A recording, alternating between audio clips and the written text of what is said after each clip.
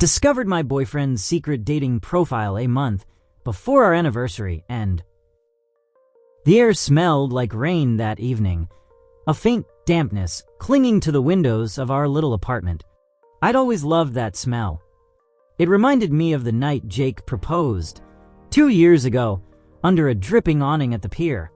We'd laughed about how the universe had conspired to soak us, how it felt like a baptism into something unshakable. Now, with our 3rd anniversary a month away, I was buzzing with quiet excitement, hunched over my laptop, planning a surprise weekend getaway. The kind of thing that'd make him grin, that crooked grin I adored. But then it happened. I wasn't looking for it. I swear I wasn't. Jake had left his phone on the couch, buzzing with a notification, and I'd grabbed it to silence it. Something about respecting his sacred no screens after 8 p.m. rule. The screen lit up, and there it was, an email preview. New match alert. Jessica, 28, loves coffee and late-night adventures. My stomach dropped. A dating app? My Jake, the man who'd spent last Sunday sprawled on the floor with me, arguing over Scrabble words until we were both breathless with laughter? I blinked at the screen, waiting for it to make sense. It didn't. The apartment felt smaller suddenly, the walls pressing in. I set the phone down like it was a live wire and stared at it. My hands trembled as I reached for my laptop instead, typing the app's name into the search bar. I didn't even know what I was doing. Just chasing a thread of dread unraveling inside me.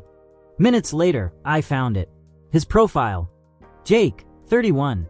Looking for someone to keep up with my chaos. Bonus points if you're into vinyl and bad puns. There was a photo. His photo. The one I'd taken last summer at the lake. His hair messy from the wind. His eyes crinkling at the edges. My chest tightened until I couldn't breathe. How long had this been here? Who was Jessica? Who was he? I didn't confront him that night. I couldn't. He came home late from work, tie loosened, that familiar tired but happy look on his face. "Hey, babe," he said, dropping his bag by the door. "You okay? You look pale." I nodded, forcing a smile that felt like it might crack my face. "Just tired," I lied. He kissed my forehead, oblivious, and shuffled to the kitchen to heat up leftovers. I watched him move, the man I'd built a life with, and wondered how many other lies were hiding behind that easy charm. Sleep didn't come. I lay beside him, listening to his soft breathing, replaying every moment of the last few months. Had there been signs? The late nights at the office? The way he'd started keeping his phone face down? Or was I just paranoid, stitching shadows into a story that wasn't there? The next morning, I called in sick to work. I needed answers. With Jake gone, I dove deeper. I created a fake profile. Something I never thought I'd do. Using a random photo from the internet and a name that wasn't mine. Lila, 29, loves hikes and witty banter. I swiped until I found him again. My heart thudded as I hit like. 2 hours later, a message popped up. "Hey Lila, hikes and witty banter? You're speaking my language. What's your favorite trail?" It was him, my Jake, flirting with a ghost I'd made. I stared at the words, bile rising in my throat. I wanted to scream, to throw something, but instead, I typed back. "Hey, I love the ridge trail by the lake. You." His reply came fast. "Oh, solid choice. I hit that one last summer. Great views. You free this weekend? Maybe we could grab coffee first." Coffee. This weekend. The same weekend I'd been planning our anniversary surprise. My vision blurred with tears, but I kept going, baiting him, testing how far he'd take it. "Sounds tempting. What's your go-to coffee order?" "Black, no fuss. Keeps it simple. You." I knew that. I'd made him coffee every morning for 2 years. I slammed the laptop shut, my breath hitching. This wasn't a mistake. This wasn't a glitch. This was Jake. My Jake. Hunting for someone else. For days, I played the part. I cooked dinner, laughed at his jokes, let him pull me into his arms at night. But every touch felt like a lie, every word a shard of glass. I kept texting him as Lila, building this fake connection, watching him weave a web I couldn't unsee. He told Lila about his love for old records, how he'd once driven 3 hours for a rare find. He didn't mention me, not once. I started digging through our life for clues. His phone was locked now. New, I realized, because it never used to be. His work bag held nothing suspicious, just pens and crumpled receipts. But then I found it, a second email account, buried in a forgotten tab on his laptop. Dozens of messages from women. Some flirty, some casual, some more. Dates arranged, meetups planned. One email stopped me cold. From 6 months ago. Last night was fun, Jake. Let me know when you're free again. Signed, Tara. 6 months. Half a year of this. While I'd been dreaming of forever. I sank to the floor, clutching my stomach, the room spinning. How had I missed this? How had I been so blind? That night, he came home humming, oblivious as ever. You're quiet, he said, nudging me as we ate. Everything okay? I wanted to explode, to fling the truth in his face, but something held me back. Fear, maybe, or the desperate hope that I'd misunderstood. Just thinking, I said, my voice tight. About what? Our anniversary. It slipped out, a test. His face didn't change. Same warm smile, same crinkled eyes. Can't wait, he said, squeezing my hand. 3 years, huh? Feels like yesterday. I nodded, choking on the lump in my throat. Liar. A week later, I couldn't take it anymore. Lila had a date with him. Saturday, 7 p.m., the coffee shop downtown. He'd told me he had a work thing, kissing my cheek before leaving. I watched him go, then grabbed my coat. The shop was crowded, the air thick with espresso and chatter. I sat in the corner, hoodie up, sunglasses on, feeling ridiculous but desperate.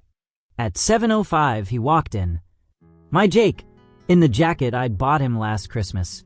He scanned the room, then sat at a table alone, checking his phone. Waiting for her. For me. I didn't approach him. I couldn't. Instead, I texted as Lila. Running late. Traffic. Be there in 20. No worries, he replied. I'll grab us a spot. He ordered 2 coffees. Black, no fuss. My hands shook as I watched him. This stranger wearing my boyfriend's face. Who was he waiting for? Who did he think Lila was? Did he even care that I was at home trusting him? 20 minutes passed. Then 30. He texted again. You okay? Still coming. I didn't reply. He waited another 10 minutes, then left, shoulders slumped. I followed him out, keeping my distance, my heart a war drum in my chest. He didn't go home. He went to a bar. I stood outside, rain soaking through my hoodie, watching through the window as he ordered a drink. Alone. No Tara. No Jessica. No Lila. Just Jake, drowning something I couldn't name. I confronted him the next morning. He was bleary-eyed, hungover, stirring sugar into his coffee. I set my phone on the table, his dating profile glowing on the screen. What's this? I asked, my voice steady despite the storm inside me. His face went white. What? Where did you? Don't. I cut him off. Don't lie. I saw it. I saw all of it. Tara. Jessica. Lila. How long, Jake? He stared at me, mouth opening and closing like a fish out of water. It's not what you think, he finally said, weak. Then what is it? My voice cracked. Tell me what it is, because I've spent weeks tearing myself apart, trying to figure it out. I wasn't going to do anything, he said, hands up like he could stop the flood. It was just, I don't know, a game. A stupid ego thing. I never met them. Bullshit. I threw the words at him. Tears spilling now. You were at that coffee shop last night. You were waiting for her. For me. I made Lila. I watched you. His eyes widened, horror dawning. You. What? I had to know. I whispered. I had to see how far you'd go. And you went, Jake. You went all the way. He sank into a chair, head in his hands. I'm sorry. I'm so sorry. I don't know why I did it. I love you. I swear I do. Then why? My voice broke, raw and ragged. Why wasn't I enough? He didn't answer. He couldn't. The silence stretched, heavy and suffocating, until I couldn't stand it anymore. I grabbed my keys and left, the door slamming behind me. The weeks before our anniversary blurred into a haze of pain. I stayed with my sister, crying until my eyes ached, replaying every moment of our life together. The good, the late night talks, the road trips, the way he'd hold me like I was his anchor. And the bad, the secrets, the lies, the hollow space where trust used to be. He called, texted, begged. I'll delete it all. I'll go to therapy. Please, don't throw us away. But every word felt like sand slipping through my fingers. The day of our anniversary came, gray and cold. I drove to the pier where he'd proposed, the wind biting my skin. I stood there, staring at the waves and let myself feel it all.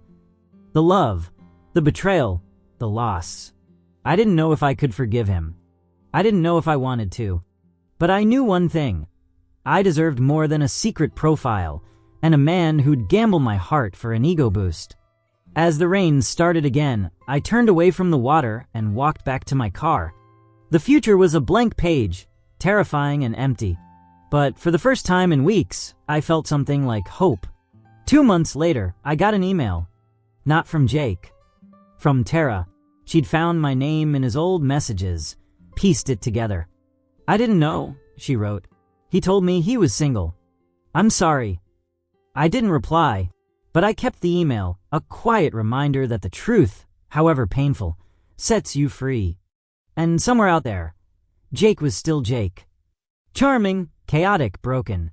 I hoped he'd find himself one day, but it wouldn't be with me. Thanks for watching. If you enjoyed the video, don't forget to hit that like button and share it with your friends. And if you'd love to see more content like this, make sure to subscribe to the channel and press the bell icon so you never miss a new upload. See you in the next video.